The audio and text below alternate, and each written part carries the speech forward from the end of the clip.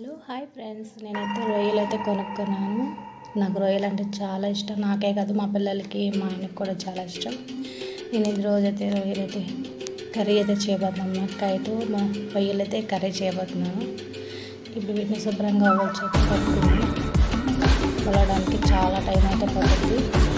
నీళ్ళు పెట్టి త్వరగా అయితే చేసుకోవచ్చు అన్నమాట.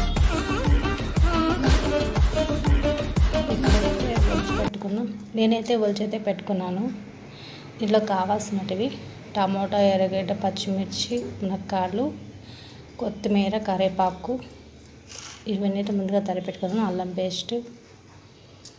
ముందుగా అయితే బాండిల్ అయితే స్టవ్ పైన పెట్టుకున్నాను. ఆయిల్ అయితే, తర్వాత ఆవాలు, తర్వాత జీలకర్ర, తర్వాత బిర్యానీ ఆకు, ఆనియన్స్ బాగా వేగినాక పచ్చిమిర్చి,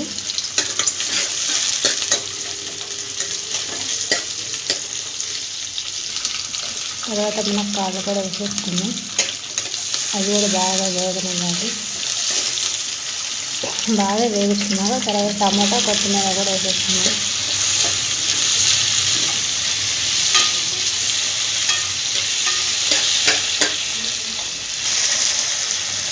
తర్వాత సాల్ట్ త్వరగా ఉడకడానికి.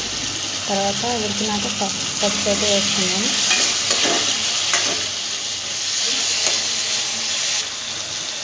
తర్వాత సాల్ట్, అల్లం పేస్ట్ అయితే వేసుకొని బాగా పచ్చి వాసన పోయేంత వరకు బాగా ఉడికించుకోవాలి.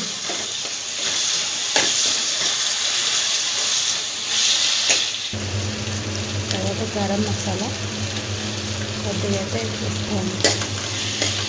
దాన్ని బాగా పచ్చివాసన పోయేంత వరకు బాగా వేయించుకోవాలి.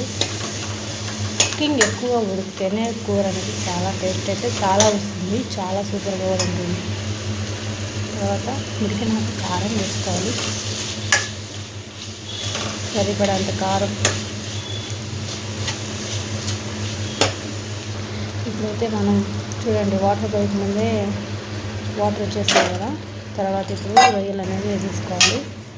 రొయ్యల్లో కూడా వాటర్ పోయాల్సిన అవసరం లేదు, కానీ వాటిలోనే వాటర్ అయితే వస్తుంది అన్నమాట. మనమైతే బాగా కలిపెట్టుకొని తర్వాత మూత అనేది పెట్టేసుకుందాం.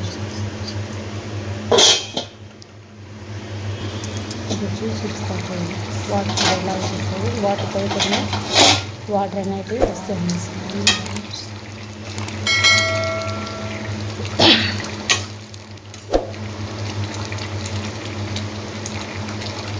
ఉడకంగానే భలే స్మెల్ అయితే భలే ఎగిరిపోతుంది. ఇప్పుడు ఎగురు తిందాం అనేది వెయిట్ చేస్తున్నాను అనుకున్నాను.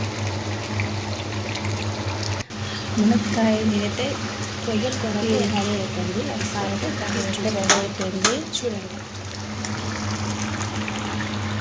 ఎలా ఉందో చూడండి. ఒకసారి రెడీ అయిపోయింది. నాకైతే చాలా బాగా నచ్చింది. ఇలా అయితే రొయ్యలు కూడా సూపర్ టేస్ట్ చాలా వాసన టేస్ట్ అయితే చాలా బాగుంది. నా వీడియో మీద నచ్చినట్లయితే లైక్ చేయండి, షేర్ చేయండి, సబ్స్క్రైబ్ చేయండి. మంచి మళ్ళీ నేను ముందుకైతే వస్తున్నాను. చాలా ఇదైతే రెడీ అయిపోయింది. ఈ కర్రీతో చేశాను కాబట్టి ఎలా ఉంటుందో ఒకసారి మునక్కాయతో రొయ్యలు అయితే ఎప్పుడైతే చేయలేదు, కానీ అయితే ఫస్ట్ టైం అయితే చేశాను.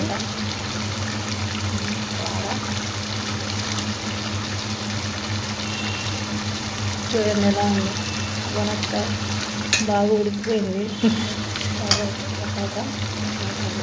ఇప్పుడైతే మనం స్టవ్ ఆఫ్ చేసుకొని బౌల్లోకి తీసుకొట్టేసుకున్నాం. మునక్కాయ కూర అయితే రెడీ అయిపోయింది. బాగుంది కదా, చూడడానికి లుక్గా ఉంది. నా వీడియో మీకు నచ్చినట్లయితే షేర్ చేయండి, లైక్ చేయండి. ఒకసారి అయితే నేను నెక్స్ట్ వీడియోలో మీ ముందుకైతే నా వీడియో మీకు నచ్చినట్లయితే లైక్ చేయండి, షేర్ చేయండి.